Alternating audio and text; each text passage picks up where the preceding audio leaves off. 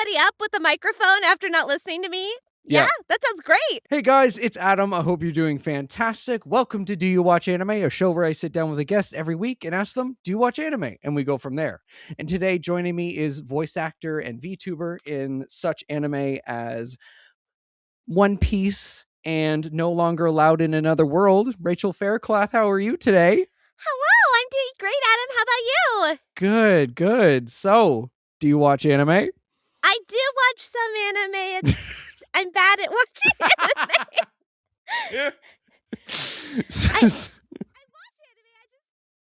anime. Yeah, no, that's valid. So how did you what was your first experience into watching anime? My very first anime ever was Pokemon. Hell yeah. Way back in the day, I was the kid who had the Pokemon chair and the Ash Ketchum hat and would turn it around when I was watching an episode. Hell yeah. My God. So I always ask this when Pokemon gets brought up. If you could voice a Pokemon, who would it be? Jigglypuff. Hell yeah. Let's go. I would literally beat somebody up with a microphone after not listening to me.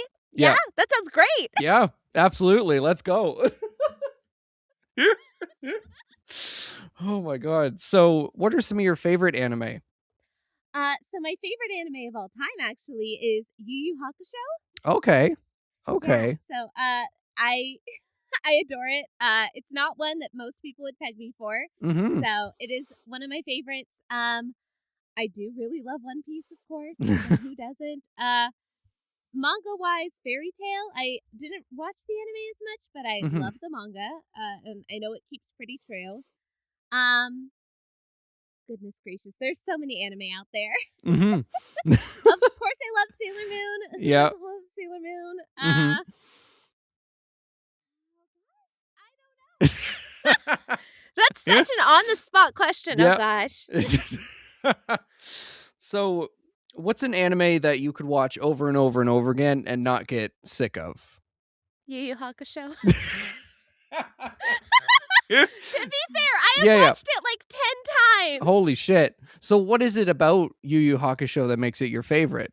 So it's the voice acting. I love the English dub of it specifically. I grew up watching it. It's a very comfort show for me, and I just really like the story. I'm not typically one who likes the call to action kind of stories, but this one in particular, there's just something about it. I really love that every single character that they introduce has personality. Yeah. Every single one of them. The villains all have extremely amazing backstories. Every character they introduce, even if they're only around for an episode or two, has such a good backstory, has such good character telling and world building. And I love it. I appreciate it. Yeah. So how did you come across it? Toonami. Okay, yeah. I figured. When because in Canada we don't have Toonami, we have something called YTV, which is basically Cartoon Network, but Canadian. So we would have the not spooky anime, the after 9 o'clock anime. You're supposed to go to bed. You're not allowed to watch this. Oh gosh, yeah. That was Adult Swim when it came around for us. Yeah, and Yu Yu Hakusho and Inuyasha were ones that I, so good. So good. You gotta love Inuyasha. You can't not. Oh yeah. For the longest time, I hated it because when I was a kid, all I wanted to watch was Dragon Ball, and 8:30 was Dragon Ball, and 9 o'clock was Inuyasha, and I was like, I hate this. This should be Dragon Ball. And it wasn't until college that my partner was like, you're dumb. Inuyasha is one of my favorites. We're watching it, and I was like, ugh, I guess. And then I was like, damn, this is so good. I was so dumb. Oh, it's okay. My husband is also not a fan of Inuyasha, so is what is. Yep. Oh my God, it's so good. Oh my God. So, what's an anime that when you recommend it to people, you have to go, I swear it's good? Look, I'm about to say one that you really have to say, I promise it gets better. And that would be Goblin Slayer. Yep. Jesus Christ. I promise after the first episode, it does get better. It does. There's actual plot relevance. It's not just that. I promise. It's a lot of that, but it's not that. You know what I mean? Oh my god. I'm gonna be the crazy person you have on the show, huh? Oh no. I've had many of first Goblin Slayer though. Congratulations on that. It does. Like, honestly, I really enjoyed the series. Mhm. I enjoy, of course, Hayden's performance in it. So, you know. But I love it. I think it's a really good story and really good characters. It is D&D. Yeah. Yeah. Yeah, when there was one time I was at a con and was like, someone was like, I need to watch more anime, and one of my friends was like, you should watch Goblin Slayer, and I was like, no, just ease them into that. Uh-huh. Yep, because Yeah. That first episode is a lot. Mm-hmm. Yeah. I remember when that I was getting back into anime when that first episode dropped. Oh. Yeah. And I was like, what's this about? And I was like, oh god. Yeah, that first episode is it's a rocky start. Yeah. It certainly puts it in perspective. Mm-hmm. Yeah.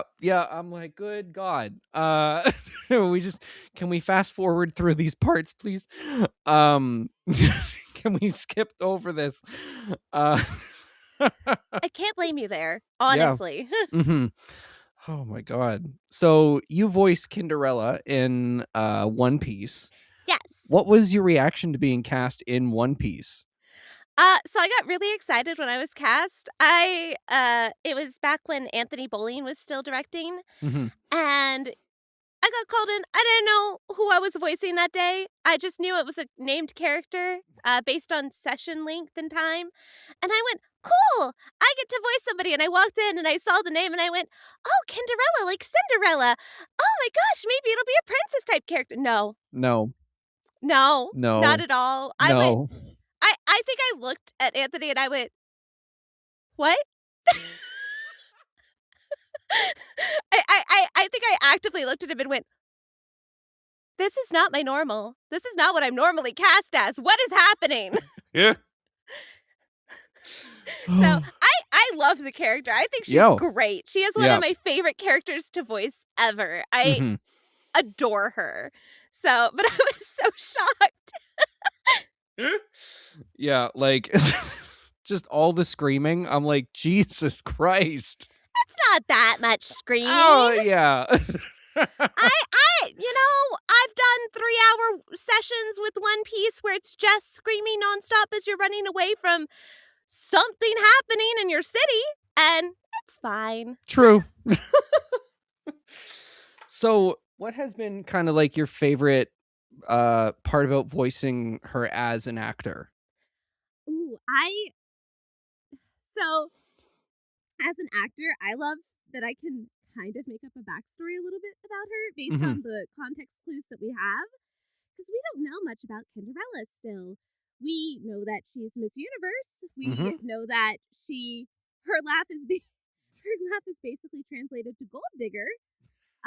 Apparently, that's a fun fact. Hell yeah. So she's all about money, clearly, based on her laugh, and she wanted to marry a wealthy man, and she did with Waffle. She actually genuinely seems to care for him, which is, I have so many questions as to why. Yeah. Because we don't know why. Yeah. And like he yeah, you understand why. Yeah. And I'm like, Cinderella, honey, sweetie, are you okay? You can do a lot better. Like, I understand he's a king, I get it. Yeah. But also, honey. Yeah.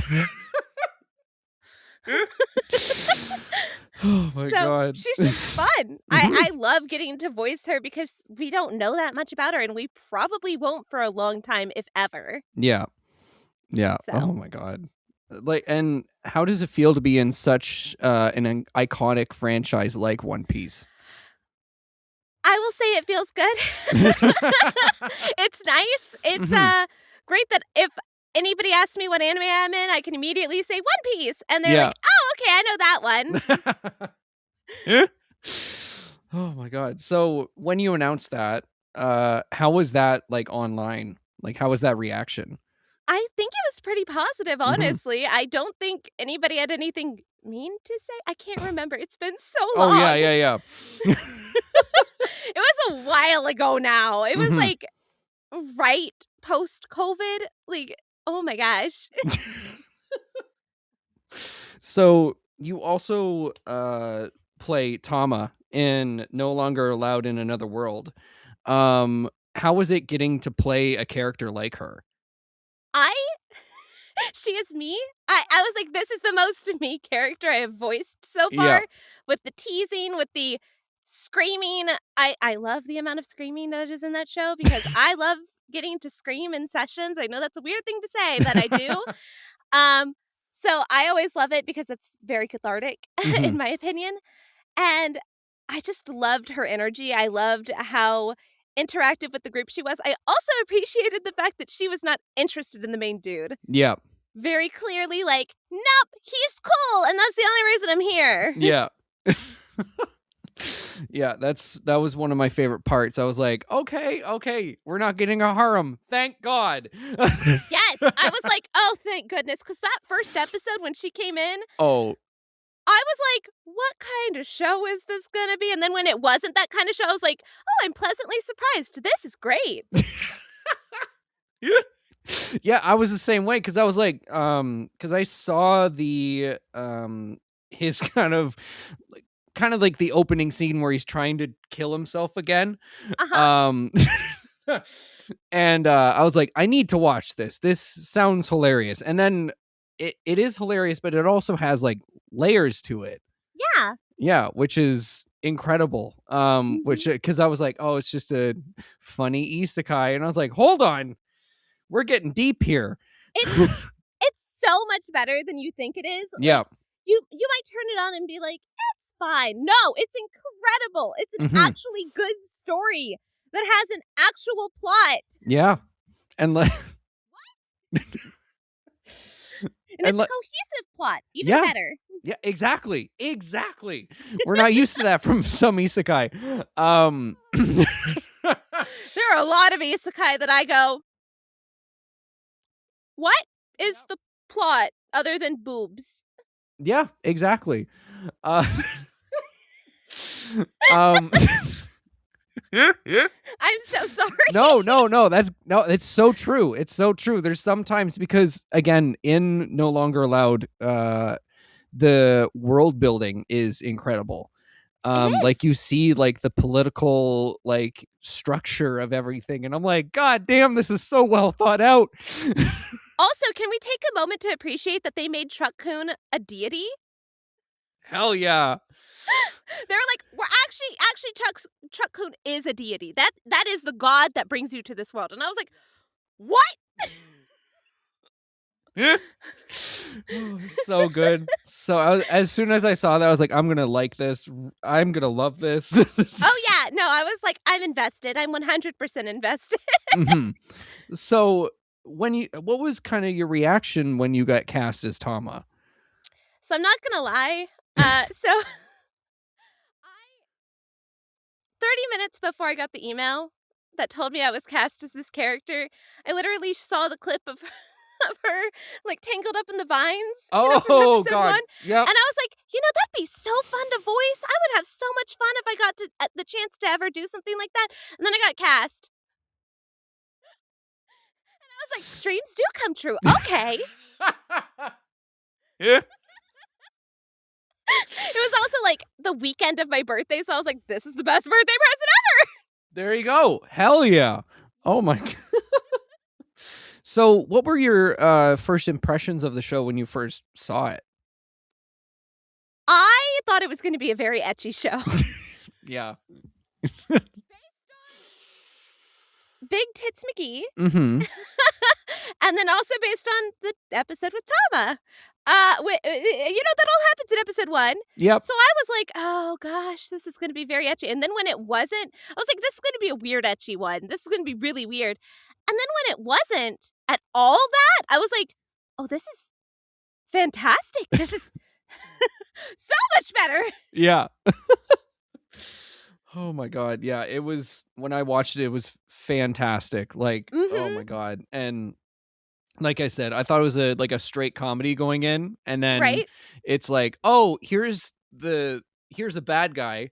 Here's his depressing backstory, and then you're gonna hate him and then love him, and then he's gone. And I'm like, sick, awesome. What? Yeah, literally, I'm like, huh? Excuse me? It's his power is so ridiculous in this Oh, yeah. world, where he could just be like, nah, I don't like you. I'm gonna piece together your story. Okay, now I'm gonna send you back to your world. Bye. Yeah, literally, I'm like, What? How does that? Okay. But then he can also like summon ish. Maybe I don't know. It's Yeah. weird. Yeah, and like it's all of that and the poison thing, and I'm just like, his sleeping pills that Yes. he constantly takes. yes, and just the visual of the two girls carrying a coffin across this fantasy land is Not carrying. No. dragging. It with rope. So, right. Even better. Yeah. And he's like, just let me sleep. Just And they're just, I do appreciate the fact that Tama is just constantly like, nah, wake him up, get him to work. yeah, literally. It's like, wake his ass up. Yep. I was like, I appreciate you. You're the real one here. Yeah, literally. So you also do VTubing. Yes. How did you get into that? So I was bullied into VTubing. Is how I lovingly describe this.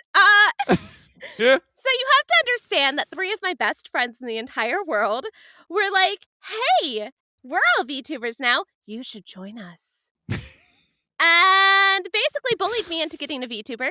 And so, yeah, now I'm here. So what's been your favorite thing about VTubing? Honestly, getting to meet people in VTubing, getting to play games with my best friends in the entire world, getting to just hang out and socialize and chat with people on the internet. It's always, I've always, like, way back when I was on Skype and would chat with random people all the time, and Discord, and all that kind of thing. So I'm used to this kind of thing, but now I get to do it as like, oh, I don't have to put on makeup, which is nice. Yeah. Yeah, I was like, there's some VTubers that are like, yeah, I do it in my PJs, and I was like, you lucky. Oh yeah, no, I literally, like, half the time I'm in my PJs, like I'm kind of in PJs for this, I guess. Yeah. I wore this today, don't worry. Yeah. But like, I love the fact that I can just stream and not have, like, I'll have to be like, you have to have like a presence and stuff, Yeah. and you have to be like kind of in the mood for it, but it's so fun just getting to sit back, chat with your chat, and getting to play with friends. I really did it just so I could collab with my friends. That's the big reason. Oh yeah. I love it. So how did you get into acting in general? I have always been into acting, I guess is the best answer. I've been acting since I was basically like 3 or 4. Okay. My parents were like, she has too much energy. We're going to throw her in something from an early age. And so they put me in like kid classes, at like art academies and stuff. Like, they were like, here, go be creative, do arts. And then I fell in love with acting, and they were like, well, this is a good outlet for her energy, maybe. And then I got more and more into it, and they were like, oh no, wait. My favorite story, if you would like a voiceover story, actually, from when I was I want to say an infant, just learning how to talk. It was my first sentence. And the first sentence was my mother, after having to aggressively stop on a highway, going, "Oh shit." And my parents caught me that evening in my bedroom saying "oh shit" in different cadences. Wow. Yeah, and Damn. they were like, "She's going to be an actor, isn't she?" That's insane. Uh-huh. Something crazy there for you. Yeah, that's that's the universe going, okay, nothing else. Yep. They were like, "Just this. She doesn't need anything else." Yeah. So, from acting, like regular acting, how did you get into the voice acting side of it? So, funny story, I was playing Kingdom Hearts 2 and realized that Hayden Panettiere voices Kairi. And at the same time, Heroes was really big. Mhm. And I was like, wait, you can do that? You can act without having your face seen? Wait, that's amazing. And I was like, I'm gonna do that. I don't have to be on camera then. Let's go.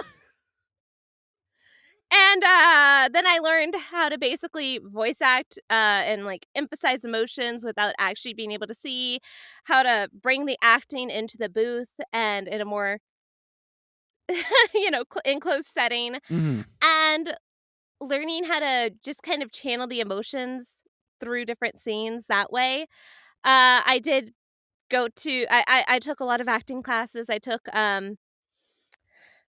so many voiceover classes when I was a kid too. I tried, like when I was 18, I started taking voiceover classes, Mhm.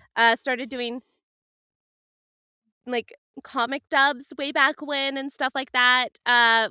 Early days of YouTube when it was like first being announced kind of thing. Yep.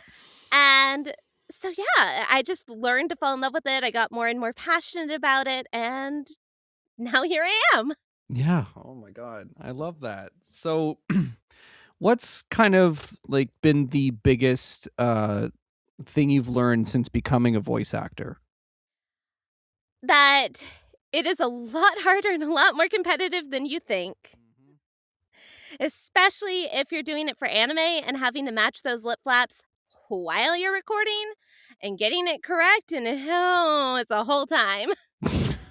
It's a lot easier when you get to play in the moment than it Mhm. is to match flaps. That's what I've learned. Mhm. So, Yeah. I will Ugh. say. Yeah. So, who's the character that you voice? It could have been someone we've talked about today, or not. Who's the character that you voice that you relate to the most? Lilac from MMO Junkie. Okay. I I have this ready to go. Yeah. Oh my god. Lilac is like my very first like bigger name role. And I love her with all my heart still to this day. I think that show is amazing. But also she's just very much the teasing kind, but also Mm. very personal and deep and always there for her friends and willing to share everything and kind of just a great person. And I love her. I related to her so much. I was like, the fact that she can tease people and also just turn around and be like, da da da, and be so excited for somebody else to possibly like do a meet cute and just be like, yes, fall in love, do it. So, Oh my god. So, what's been a moment in your career so far, whether it be voice acting or regular uh acting, um that made you realize you're exactly where you want to be? Ooh, being in the corporate world was not for me. Gonna be honest. I never wanted to be in the corporate life. That scared me. And I realized as I got older that acting is really what makes me happiest. It's one of the very few things that I'm like very, very passionate about to this day still. tend to get very passionate about lots of different things, but acting is still like the love of my life kind of thing. Mm-hmm. And when I get to do it, I feel so much better afterwards. I truly feel like, oh, this is where I belong. Like, even just doing a fun audition, it's so meaningful. And I love putting forth all that energy. And it's just, I don't know. I love getting to have fun living in a world inside your head, basically. Yeah. Oh my God. So, so how has your relationship with anime changed since since being in the industry? There we go. Whew. The the biggest thing is watching an anime and seeing the lip flaps not matching in the sub and going, that is, it's so hard to not notice now Yeah. as I've been in the industry that I'm like, they're not matching. So it completely takes me out when I see that, when they're not matching, and it takes me a minute to get back in. Hmm.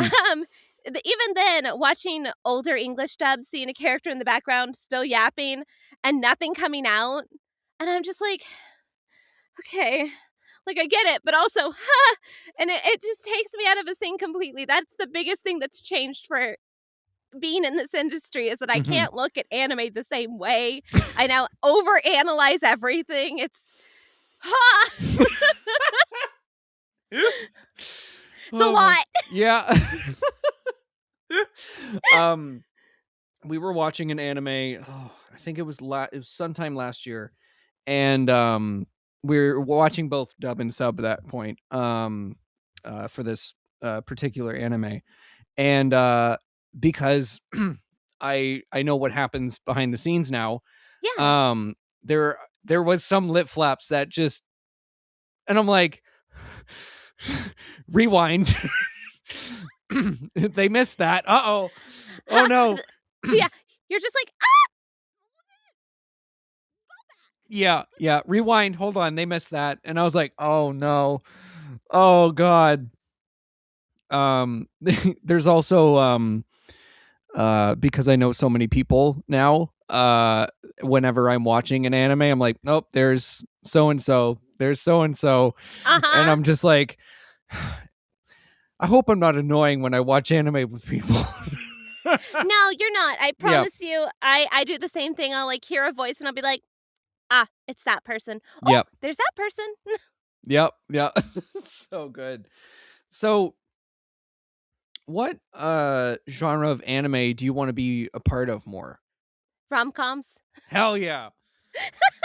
Look, I love a good romantic comedy. Those are my absolute, like, Yep. I eat them up. I love them. So I'm like, please, please, please, please. I would love to be in more rom-coms. Thank you. Yep. Hi, I'm Steve Yurko. And I'm Tara Sands. Now available from Maji Media is our new podcast, 4Kids Flashback.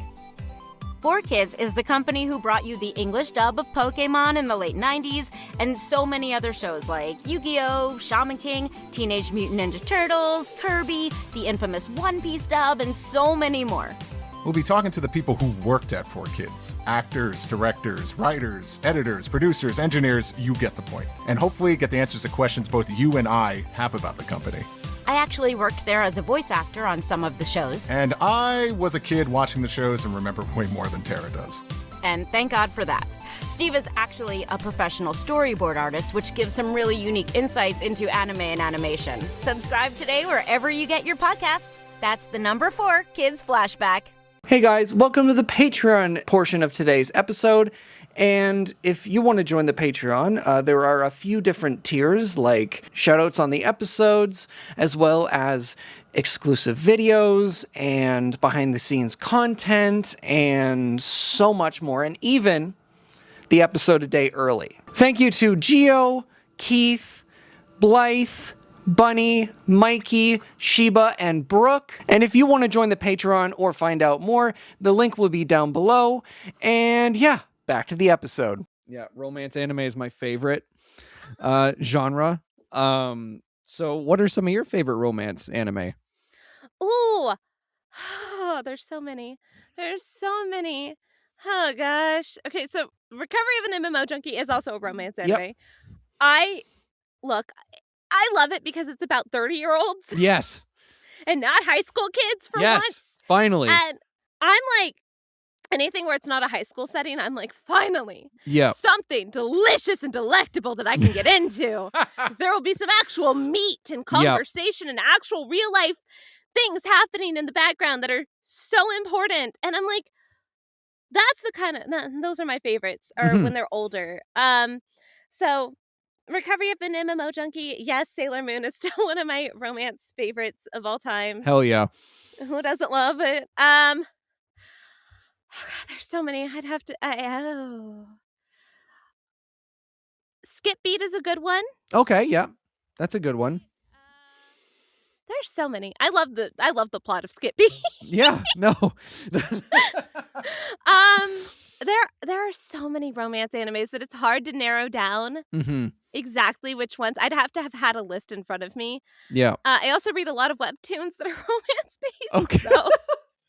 Yeah, my partner is like, you got to get me an iTunes card because I need to read more of my webtoons. And I was like, Jesus Christ. And I understand. Yeah, there was for a while she was just being recommended like villainess, like 1800s romance webtoons, and now before bed she's like, I'm gonna read my webtoon. I was like, oh yeah, the villainess 1800s mock blah, blah, blah. And she's like, shut up. Look, some of them are really good, some of them are really bad, but most of them are pretty decent, like in the middle there. Yeah. There's so many that I'm like, please make this one an anime. Yeah. Oh my god. There was one that we watched, like an anime, called Why Ray Leonard Ended Up in the Duke's Mansion. Yes. Yeah. That was fantastic. I've especially like last year, I've been on a like if the if the anime doesn't have a mystery, I'm like, I don't know if I like no. Oh, then have you watched Link Click? Oh yeah. So okay. Good. Yeah. Yeah. Oh. That I was gonna say, if you want mystery, Link Click's a good one. I'm slowly getting through it. Because Corey Wilder was like, you have to watch it. And I was like, I'm sorry. Yeah. I agree with him. Yes. Yeah. I'm like, yes. I love Corey. Oh, same here.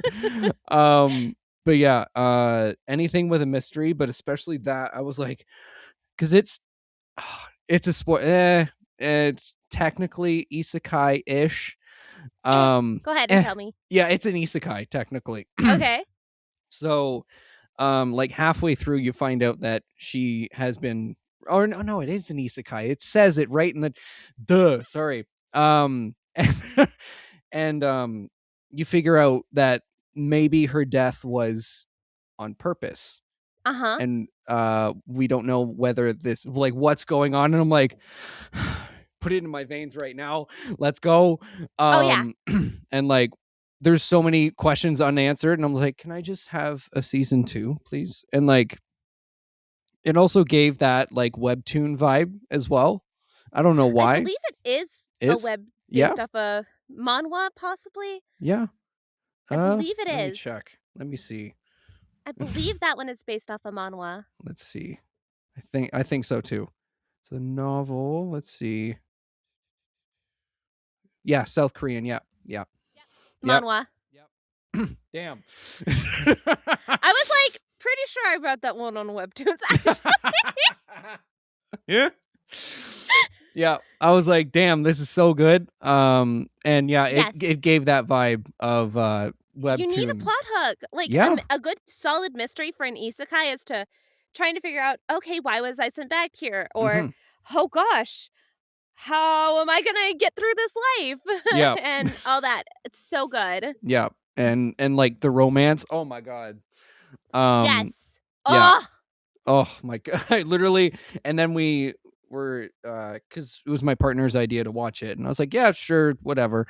And then the main Duke is voiced by Ian Sinclair, and I'm like, I'm in. That's all you gotta say. Yep. Say less. I'm down. Yeah. I'm in. One of my other favorite romance anime is Rascal Does Not Dream of Bunny Girl Senpai. I understand. Yes. Yep. That's a good one with a good mystery. Oh yeah, and like Oh yeah. like the plot twist or not plot twist, the plot device of puberty syndrome. I'm like genius. And I like one that I really love and Mm-hmm. appreciate because it is more of a harem series, but it's the most well done harem series I've seen done. Is 100 Girlfriends. I really love. Let's go. So good. It's so well done, and Yeah. it treats all of them with respect, and I Mhm. love that. Yeah. I'm like, oh, can we have more like this? Come on, guys. Exactly. Like a character that's not just there. Yeah. Like a guy that you kind of go, why do people want to be with this person? I don't understand. This one, I understand the appeal. Exactly. Yeah. I have a Rent a Girlfriend shelf, so I understand the not appeal to the main character. Yes. Yep. Yep. But I saw the title and I was like, what? Like, huh? And then I was like, fine, I'll watch it. Let's see. And then I was like, this is so good. It's so well done. And like, I was like, this has no right to be this good. Like, It's so well done, and the cast for it is perfect in the English dub as well as the Japanese. Like, I love it. I love it so much. yeah. I I recommended it to a coworker, and he's like, "Are you sure?" And I was like, "Yes, I swear it's good. Please." I promise I'm not crazy. I promise. Yeah, I swear. So, getting back to voice acting, if you could go back to when you first started voice acting, and have a conversation with yourself, what advice would you give yourself? Don't let others bring you down. You're going to get there. It's going to take time. Don't beat yourself up when you miss something. You're going to get there. Be patient with yourself. Be kind to yourself. And don't let others bring you down the way that they did. Yeah, definitely. Yeah. Hell yeah. And what advice do you have for people wanting to get into voice acting? Take acting classes first. There it is. Yep. Do not just be like, oh, I'm just going to take voiceover class. No, you need a grounds to build your toolbox. And if you don't build the toolbox correctly and you start with the voice instead of the actual acting capabilities, you're going to be holding yourself back. You might not know it. You might not realize it at this moment, but you will be, because then you won't be able to do character analysis. You won't be able to really get in depth. You won't be able to figure out, okay, this is when I should pause here to give it a little bit more oomph to the scene. Because you won't have that skill set in mind. It's so important to build an acting toolbox first and then do voice after. Yeah, absolutely. And my brain just went, question gone. No. It was literally my brain going, no. But yeah, that's I think that's so important because a lot of people just assume that, oh, I can do voices. I can do a pretty good Peter Griffin, and I'm like, impressions are great. Yeah. But it doesn't why would they use you as an impressionist when they have the real person right there? Yeah. Yeah. Totally. Yeah, it's especially when I say, "Oh yeah, I talk to voice actors on the podcast, blah blah," and they're like, "Well, I do voices," and I was like, "That's not what I said." Yep, that's not what I said. I said I talk to voice actors. Yeah, the actors part is the important part. The voice comes after. I promise you, when you're in a moment and you're in a scene, you might not know how a character sounds. You can base it based on like maybe a picture or like the notes that are there. But how are you going to act as them? What's Mhm. going to set you apart? A voice is not going to be enough. You actually have to have the capabilities to go, okay, where's my environment? Where am I? To be able to place where your voice should be, where it should be sitting. Is it going to be more, am I bouncing up and down? Am I in a jungle? And am I in a desert? Those kinds of questions are things you have to ask, because that's going to affect the performance. That's going to affect the voice. It's going to affect how you deliver the lines. Things Mhm. like that. And I can go on about this for ages. I'm so sorry. No. This is, hey, I love it. So going back to when you were younger, what was it about acting that made you fall in love with it? I loved the idea of getting to play different roles that I would never get to play in real life, Okay. if that makes sense. Like, Yeah. basically getting to play make-believe, and that sounded great to me. Mm-hmm. I was like, I love that I can just walk onto a set and become a completely different person and a completely different character. Mm-hmm. That was so cool to me as a kid. I was like, I love that I could do that. And I was like, oh, that's what acting should, that's so good, because then you never know the person behind the mask. You just know the mask, and No. That's yeah, totally. um, yeah, I did theater in high school, and before my dad's like, you needed a backup plan. I was like, this is so much fun, because like I grew up with this trunk here was my dress up box growing up, my toy box, and it was filled with costumes I cosplay, and it's just that feeling of becoming something else is not, it's unlike any other feeling ever. right. Yeah. Getting to put on a mask where you're Mhm. like, okay, I get to play a superhero today. All right, put on my superhero mask and be like, all right, this is how I'm going to stand for every line, because this way I deliver confidence, kind of Yep. thing. Whereas if you're a villain, or like somebody who's a little bit more kept to themselves and tucked, things like that, Mhm. it's so fun. Yeah. It's so hard to not want to do that. Plus, reality is boring, and that's why I also escaped to D&D. Yeah. Perfect. Yeah, exactly. Yeah. That's, again. Also, D&D is great if you Yeah. want to get into acting, Mhm. because you have to learn how to have improv skills. Yep. It's very funny, because my first D&D experience was with friends who were like, so I took broadcasting, so I was in front of the camera and Ah. my friends were behind the camera. So I was playing D&D, and they're like, I roll, and I'm like, and then Yeah. Yeah. No, I love D&D. My first time playing, it took my husband years to convince me to play, by the way, because I was like, what's fun about rolling dice? And now I'm like, oh, I'm obsessed with it. Yeah. Don't worry. Don't worry. I'm obsessed with it now. I play it every chance I get. Yeah. I literally have a session 0 tomorrow. Like, Hell yeah. I'm that person now. But my first time playing was with a bunch of voice acting friends, actually. And it was so much more fun than I had ever anticipated. Like, I built an entire character. I got to be the character, and I was like, oh, okay, I see what the hype is now. Yeah. It's so much. I love it. So, and watching D&D as well.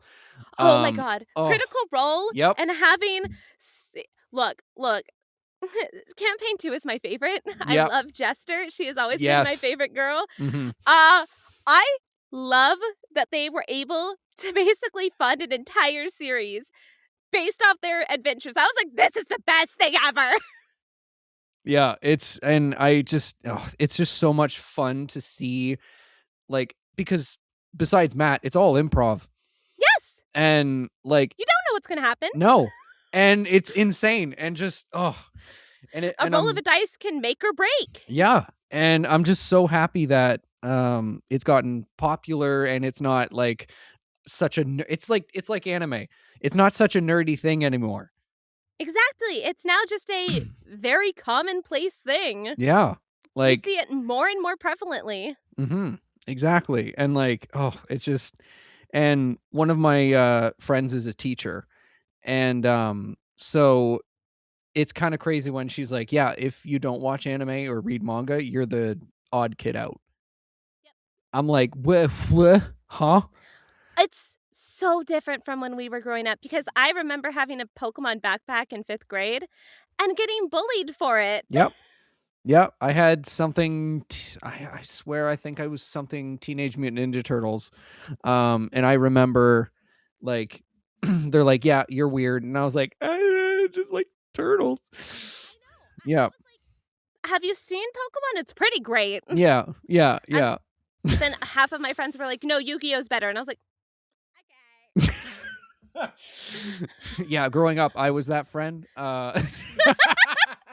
One of them tried to get me to play the card game, and I was like, I don't understand what's happening. You haven't taught me any of these things. I don't know what I'm supposed to do. Oh my god. I was the kid when growing up where we were at a school where they banned Pokemon cards because they were satanic. Yeah. They were seen as devil worship. That was an actual thing on the like announcements that morning. Oh, good. So we had to wait till after school to trade our Pokemon cards. Yeah. Oh my god. I've told this story on the podcast before, but when I was growing up, we didn't have like a lot of money to afford Yu-Gi-Oh packs, right? Right. So what I would do is print out cards from printer paper, glue stick them to my bad cards, and be like, "Look, I have this card," and they're like, "Whoa, that's crazy!" And every time someone's like, "They didn't find out," I was like, "They didn't find out until the glue came off." That's amazing. That's so good. Yeah. Oh my gosh.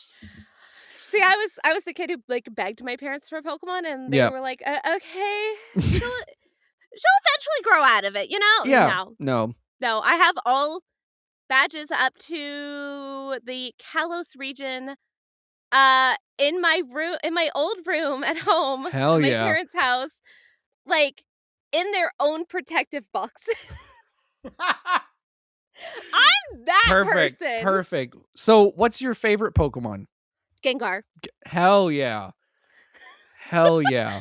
I have a Gengar collection in my room. It's fine. Yeah, I the last time I was down in Texas, cuz up here in Canada we don't have boxed lunch. Yeah. So yeah. So I know. It's crazy. I'm like, we need this, please. Box lunch, you need to get your together. Yeah, straight up. But we were walking and like looking at everything, and I got a Ghastly, Haunter, and Gengar button up, and I was like, finally. Who is your favorite Pokemon, if I may? My favorite Pokemon is Psyduck. Yes, that is a good choice. Yeah. Thank you. Yeah. Psyduck doesn't get enough love. You must you. love Pokemon Concierge. Oh my gosh. Yes, I was about to say, you're a Pokemon Concierge fan. I know it then. Yeah. Just that series. Oh, so good. So good. I like there was a few Pokemon in there that I was like, they're not that cute. And then I watched it and I was like, they're adorable. They're my favorite. They're so adorable. Yeah. You can't. How do you make Metagross adorable? Like, oh my. Right? Like. I was like, what's happening here? Yeah. There was one scene that I want to say it played in the background or was like the foreground, that Metagross and Graveler were playing, and Metagross picked Graveler up and was like playing like this and then put him down and was just like, I was like, we need to pause for a minute. Dude, I'm like, where is the merch? Yeah. From Pokemon Concierge. Where is it? Mm-hmm. Yep. I want that mug. Yeah. Yeah. Exactly. And like, oh my god, it's just as soon as it was announced and I was like, ooh, claymation, perfect. I love animation, so I was like, beautiful. And then they're like, Psyduck is the side character, and I was like, say less. See, I'm in. I am admittedly not a fan of claymation. Okay. Mostly because it gives me the uncanny valley effect. Okay. For a lot of them, Mm-hmm. and the way that they move makes me a little. To be fair, I don't like puppets. Okay. So yeah. No, that's valid. I'm not a puppet person. No, that's valid. Yeah. I mean, I had a puppet podcast at one time, where we just reviewed puppet media. No, there was a few friends that are like, I love that for you, but I will not be partaking, which is totally valid because there are some terrifying puppets. You have to understand, I wasn't afraid of puppets until high school. Yeah. And then one of my classmates had creepy puppets. Yeah. And they were like really a little too lifelike. And they wanted to use them for a video for our English class. And I was like, I'm good. We're good. Never. Don't talk to me again, actually. Like, I don't mean to be rude, but I was like, to be fair, their house is also very scary. And something ran across my foot, and I still don't know what to this day. And I was like, no. So every time I think of puppets, I think of that experience, and I'm like, I'm good. I'm fine. I'm perfect. Yep. So valid. So.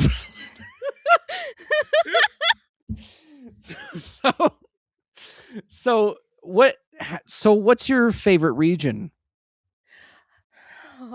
Hoenn. 7 out of 10. Too much water.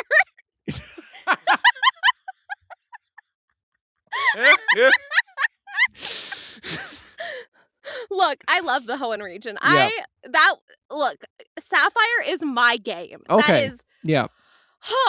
But what about you? Which one is X and Y? Oh, Kalos. Kalos is probably my favorite. Kalos or Johto. Yeah. How do you feel about the new one where they just put you in Lumio City and that was it? I haven't played. We won't talk about that. Yeah, okay. I when it got announced, and I was like, "Oh, we don't get to travel." Okay. Okay, so we've taken a step back. Yeah. So I was like, so you made the last one too open world, and now you've made this one no open world. Yeah. I'm like, what's the vision here? What are we? Where are we going, Pokemon? Like, I love you so much. Yeah. What's happening? That was me before I played Arceus. I was like, what is happening? And like the fact that it was an isekai Pokemon game and none of us knew until it came out. Yep. Literally. I'm like, great, okay. And I was like, I was like, the combat system is like I didn't mind it. Yeah, it was just my biggest gripe is not the quick time events. It was just the rolling and constantly throwing and rolling and throwing. And yes. I'm just like, because it usually takes me so long to beat a Pokemon game because I'm just like playing along. Yeah. That I was like, oh, I put 60 hours in and I'm done. I never finished it, actually. Yeah, no, it's fine. I put in like 120 hours and I'm still not done. Oop. I went around playing with Pokemon. No, that's valid.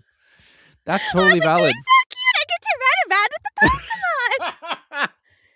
I was like, this is the best. Also, the fact that they were like, okay, but we're going to introduce this event where, like, if you get close to this Rapidash, it'll attack you. Yes, and I was like, I remember that. What? If it even sees you, it, like, runs. I was like, oh, God. Yeah, you're just like, oh, shit. I was like, what is this? Oh, my God, yeah. So I'm going to open my door if that's okay, because it is hot as heck in my boot. Totally. But yeah, and because I dropped off of Pokemon for a couple years, just because I just was busy doing adult things, I guess. And my partner was like, we're gonna watch X and Y, and I was like, fine. And then I was like, oh, I love everyone in this anime. Oh no. And I had been like only 150, blah blah blah, that kind of asshole. And then Oh, you can't be worse than some people I've met. oh no, there's some people that I'm like, just calm down. They're not real. But like that whole anime, I was like, damn, I love Pokemon so much. I love this so much. I'm sorry, Misty, but Serena is number one. Like, and Misty and May will always be my top girlies. oh yeah, but that's because that's what I grew up with. Yeah, totally. And then we watched more of the older ones, and I was like, damn. And I was like, I love Piplup so much. Yes. Piplup is a mood. Piplup is a mood. Yeah. But also Squirtle Squad forever. Yeah. Oh yeah. The the like mini series where Ash goes around to all of his old like things before the series officially ends with Ash, and he sees the Squirtle Squad. That whole episode, every episode we watched that, I was like, this is just tears. But I also love that they're giving Gengar like more and more love as the series has gone on. I'm like, finally, y'all are actually giving him love. Yeah, literally. Like Ghosty Boy, I love him. Yeah, and I didn't realize he was that big. You didn't realize he's 5 feet tall? Yeah, no, I thought he was just a little guy. Growing up my whole life. Tall. Yeah, no. He's like 2 inches shorter than I am. Yeah. Yeah, he's tall. I love him. I love my little ghosty goo. And I just love his big smile. Oh. Yes. Yeah. I love that he can be terrifying, but also very cute. Yeah. And there, I want to say it was, I think it might have been the newest Pokemon series, that there was a whole episode on a haunted house Gengar or something like that. And I was just like, oh, that's just a baby. Did you watch the little shorts that Pokemon did a while back on YouTube? They had one where it was like a little girl who turned into Gengar. Yes, that was fucked up. I loved it. I was like, hi, I want to be. Yeah. How do I do this? Yeah. I was like, God damn, this is depressing as shit. Oh, God. I was like, I love this. I love everything about this. It's the best. Yeah. And I was like, oh, God. You know, it's better than them waking up as a... What is the one candle Pokemon name? What's that? Yeah, that... Oh, God. There's some Pokemon, like, lore that I'm like, why? Yeah. What do you mean they stalk people in the desert? What do you mean that they wait until they die? Yeah. Or like, is it?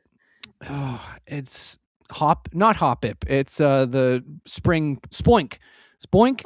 Once he stops bouncing, he's dead. Yeah. I'm like, why did you put that in? That didn't have to. You look at some of their stuff and you go, oh, that's a choice. Yeah.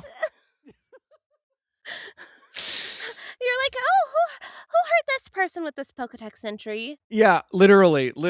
And I was like, this had to be approved by many layers of people. And they approve, and you just kind of go, is everything okay there? Y'all doing good? Yeah. It's like, is everything okay at the Pokemon Company? Are we okay? Are we... Has anybody checked in on their mental health in a while? Yeah. I know not every Pokemon can be like Eevee, but yeah. So, one more question before we go. Yes. Sorry about the Pokemon talk, everybody. No. This is, I love it. This is the last question is about Pokemon. So, perfect. Yeah. When you are building your team in the game, are you just picking your favorite Pokemon, or are you one of those people who does the battle thing? Hell yeah. Same here. Usually I'll try to be generous and I'll give it to like the new generation of Pokemon and like pick my favorites. Like I love Tinkaton so much. I love him so much. My husband's favorite is one of his favorites is Corviknight. Oh, yeah, really yeah. Funny.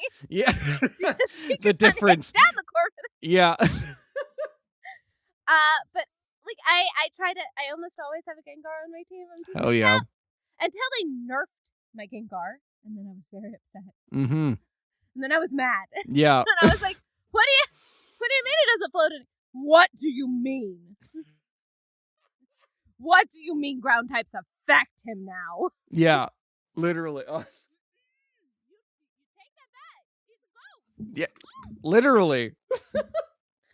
But yeah, no, I typically pick my favorites or I like do it based on the generation. I'll try to add in some new. Mm-hmm. And then of course my favorites like Altaria and Gengar and others that just pop up along the way. Mm-hmm. Yeah. Like, I have a whole shrine of my favorites. Like, yeah. Yeah. I so probably my second favorite Pokemon is Hawlucha. Yes! Yeah. Yes! Yeah, because like when we were watching, I love birds and I really like wrestling. So I was like, it's for me. This is for me. That's so valid. So fun fact, when I played X and Y, actually, the first Pokemon I caught, one of the first ones I caught was a shiny Hawlucha. And I didn't know it was a shiny. I didn't pay attention to like the dazzle effect. So I thought that was the color scheme of Hawlucha. And when I found out it wasn't, I was like, what do you mean? What do you mean, guys? Of course it is. Like, what? And then I realized that was my first shiny ever. Hell yeah. Oh my God. Yeah. Oh God. Yeah, I was in the Nintendo store in New York and we were looking around and they had a Hawlucha figure. And I was like, I never get merch for well, besides now. I never get it was true up until recently. None. And I was like, don't care. Yeah. Oh, it's okay. One of my husband's favorite Pokemon of all time, like two of his two favorite Pokemons are Tropius and Flygon. Oh, there's not going to be any merch for that. There's never any merchandise. So when there is, I'm like, buys it for him. Yeah. So when Hawlucha got his big thing, I was like, finally, my time has come. We got, yeah. We got Pokemon Concierge for Psyduck. We got... Which, next season, Please! Oh, I understand why it takes so long, but please! But also, hi, merchandise Pokemon, please. Yes. If you're listening to this, please give us Pokemon Concierge merchandise. We're actually asking and begging. Yeah. I need a Concierge button-up. I need one... I think they made that, but they only released it in Japan. Exactly. Yeah. Give us American. Yeah. Please? Yeah, please. Give us on the other coast something. Yeah. Please. Yeah. Give North America something, please. Exactly. Yeah, please. Oh my God. Well, thank you so much for coming on. Thank you for having me. I'm sorry I've basically talked your ear off. No, that's what a podcast is. It's so funny when people come on and they're like, I'm sorry I talk so much. And I was like, that's the whole point. Look, I'm also the type where I talk in sessions and then we forget to do things. Oh, yeah. So like... Oh yeah, there's been times where like I hit stop and then we just talk for another half an hour and then I'm like, oh shit, it's midnight here. I do that a lot, actually. Like, if y'all ever catch me in a collab stream on my VTuber, I'm almost always talking to my friends afterwards for like another hour or two. Yeah. Oh my God. How it goes. Yeah. So where can the lovely people find you online? So y'all can find me on my Twitter or my Blue Sky. Twitter and Blue Sky, I believe, are Dex Holder Rachel. Like, DEX, Holder, Rachel. Clearly I like Pokemon, guys. This isn't a shock to anybody. If anybody knows me, you know this. Yeah. And then I'll be over on my VTuber as Jubilee Baking on Twitch and Twitter and everywhere else, basically. Hell yeah. And all those links will be down below. You can follow me at Corky Cosplays on Instagram, Adam Corky everywhere else. Oh my God. I did. I feel it. It's okay. Yeah, my God. Subscribe to the Patreon. You get exclusive videos, access to behind the scenes content, and episodes a day early. And yeah, I'll see you next week. Bye-bye.